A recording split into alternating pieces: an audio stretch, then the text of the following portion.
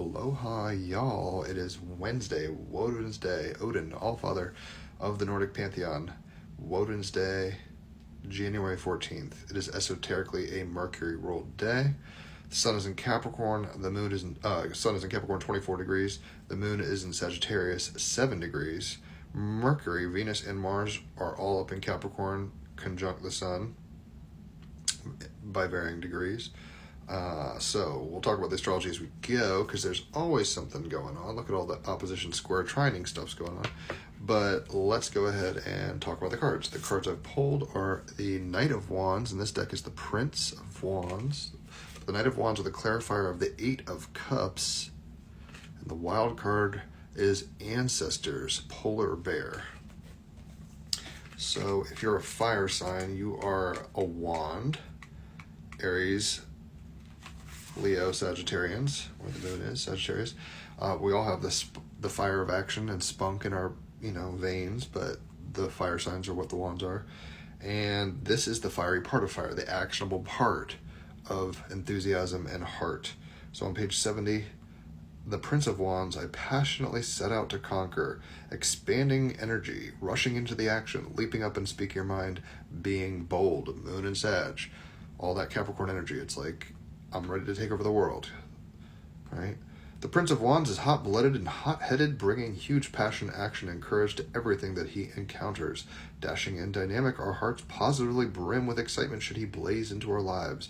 However, his daredevil, explosively progressive actions may leave a trail of burnt debris as he relentlessly pursues his triumphs. The shadow of all that Capricorn energy, with Jupiter retrograde opposite all that Cap energy and Chiron and Aries squaring all that Capricorn energy, is that we want to achieve without thinking about a plan, or we're like, I don't know if I believe in my plan, but I'm so enthusiastic I'm just going to buy the ticket without a passport kind of thing. Nothing will hold him back, and he's quick to flash you a grin and stride forward fearless to the end. Often regarded as a revolutionary, Pluto in Aquarius, he is the archetypal athletic hero set to conquer a despicable enemy or despot. He has unquestionable self-belief, moon in Sagittarius, and is a true visionary and adventurer. He believes he can change the world and should be lauded for doing so.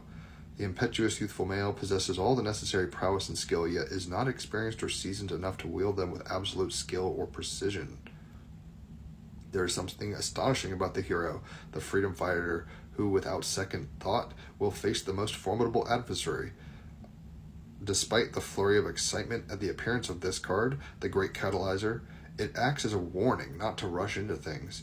Don't be fooled, though. War is the least likely cause of death, and the young and valiant, road accidents followed by suicide, are the biggest robbers of life and of our princes.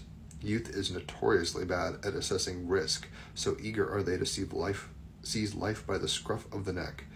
The key here is to use the Prince of Wands' fiery color, exuberance, and sheer courageous zest for life skillfully. Take on the entrepreneurial spirit and leap. Think big and believe you can conquer. Be the one to stand up and speak out for change, to determinedly and fiercely pursue your dreams. After all, you only get one shot at life, right? YOLO energy all the way here. So, the fiery part of water, the Knight of Wands, expansive energy, rushing into action, leaping up and speaking your mind, and being bold.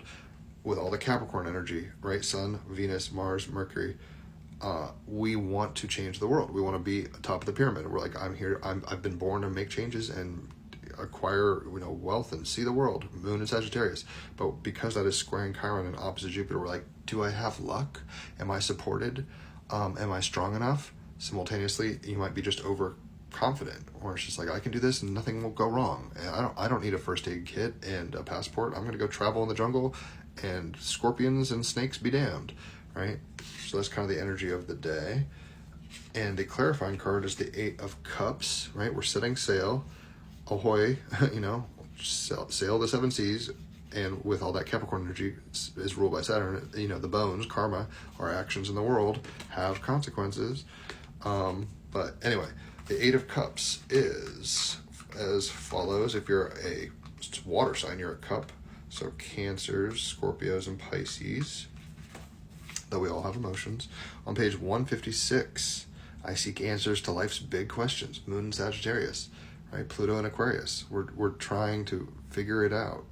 turning your back on what is known, off on a new journey, returning to nature and listening to her wisdom. So I think the idea here is, yes, it's all well and good to be like, I'm going to go kick ass and take names, but you also want to like have a plan, right? I'm going on an adventure. Okay, Frodo, do you have the ring in your pocket? Do you have lambus bread and water for the journey? Like, we're going to go on a journey here, and there's so many options. It's like, choose your own adventure, but you don't want to just be like, open door number 1 and not even think about door number 2 or 3, or what happens if behind door number 1 is not what you expected, that kind of thing. Follow your excitement and have integrity, but like no insistence on the outcome, because you don't know what the outcome will be, and maybe have a moment to pause and reflect on what you're creating in the world, right? Because you're going to sail the seas no matter what, but which ocean are you navigating through, right? That's kind of what it is. And the wild card is the polar bear in the Divine Animal Oracle deck.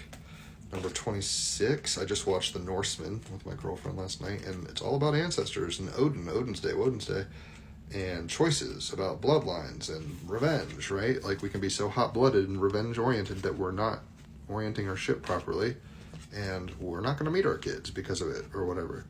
So, 26, polar bear ancestors. You are the carrier of a bloodline that stretches back for millennia, yet you are uniquely your own self. Take the positive from your ancestry and observe and note the negative. Family dysfunction stops here.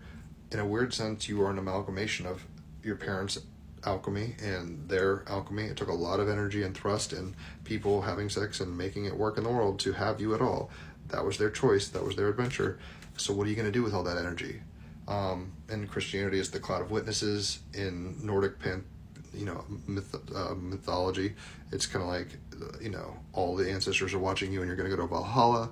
Whatever, every group has their mythology, but it's like, you are the point man of evolution, point woman or man in evolution of your family tree. What are you doing with all that energy that got you here? And knowing that, your actions have consequences, not to be overwhelmed by the choices, but also to like have a plan, not just jump because you feel excited. Maybe think a little more pragmatically. Simultaneously, don't just sit there and be like, well, I never have enough money, or I'm not ever prepared or expertised enough to go. Take some risks, right? The mythos, the magic.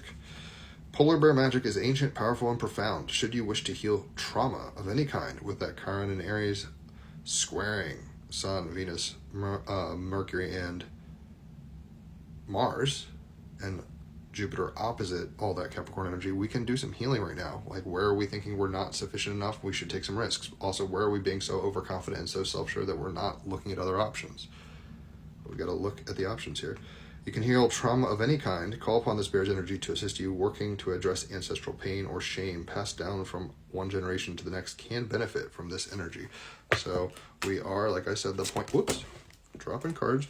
We are the point person of evolution of our family trees, and it's all, all the actions happening through us. All this momentum has come to this point, and we get to choose our adventure.